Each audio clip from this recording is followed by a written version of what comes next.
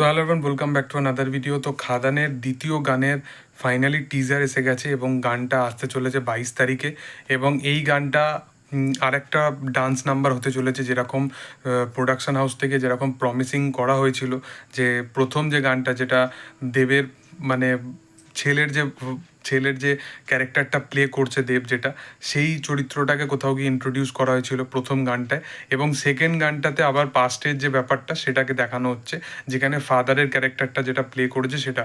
তো এই যে দুটো জিনিসকে, দুটো গান যদি লক্ষ্য করে দেখো, দুটো গানের মধ্যে দেব কমার্শিয়াল কাজ করছে, দেব কমার্শিয়াল কাজের মধ্যে তার ইমপ্রুভমেন্ট নিয়ে আসার চেষ্টা করছে, 10 বছর পর নিয়ে আসছে, কিন্তু প্রত্যেকটা কাজের মধ্যে যে এত স্বচ্ছতার সাথে করছে সেটা দেখে কিন্তু বোঝা যাচ্ছে। তার রিজন হচ্ছে, প্রথম গানটাই দেখো, সেটা কিন্তু 2023 বা 24-এর যে টাইম লাইনটা সেটাকে মাথায় রেখে গানটাকে কিন্তু মানে গানটার মধ্যে বা একটা কালারফুলি জিনিসপত্র রাখা হয়েছে।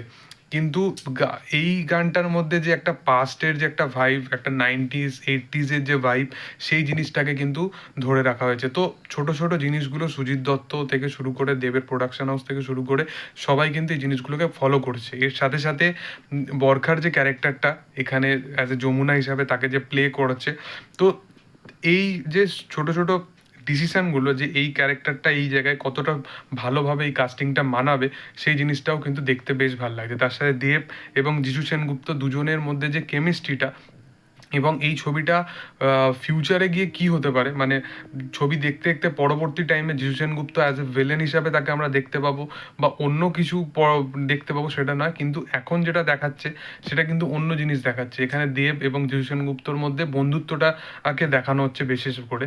তো সেই জিনিসগুলো বা সেই কেমিস্ট্রিটা খুব ভালোভাবে প্রেজেন্ট করা হয়েছে। এর সাথে সাথে গানটার যে হুক লাইনটা বা দেবের যে গানের স্টেপগুলো, সেগুলো খুব ভালো।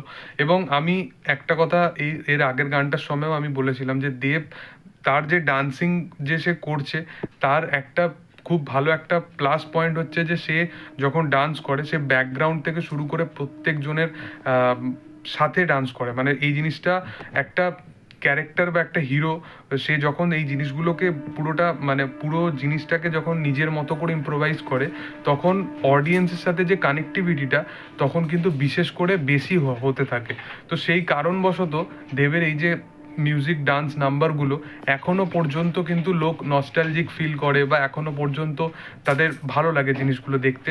তো সেই কারণবশত সে যখন ডান্স নাম্বারগুলো নিয়ে ফিরছে, অডিয়েন্স কিন্তু সেগুলোকে একসেপ্ট করছে বিশালভাবে।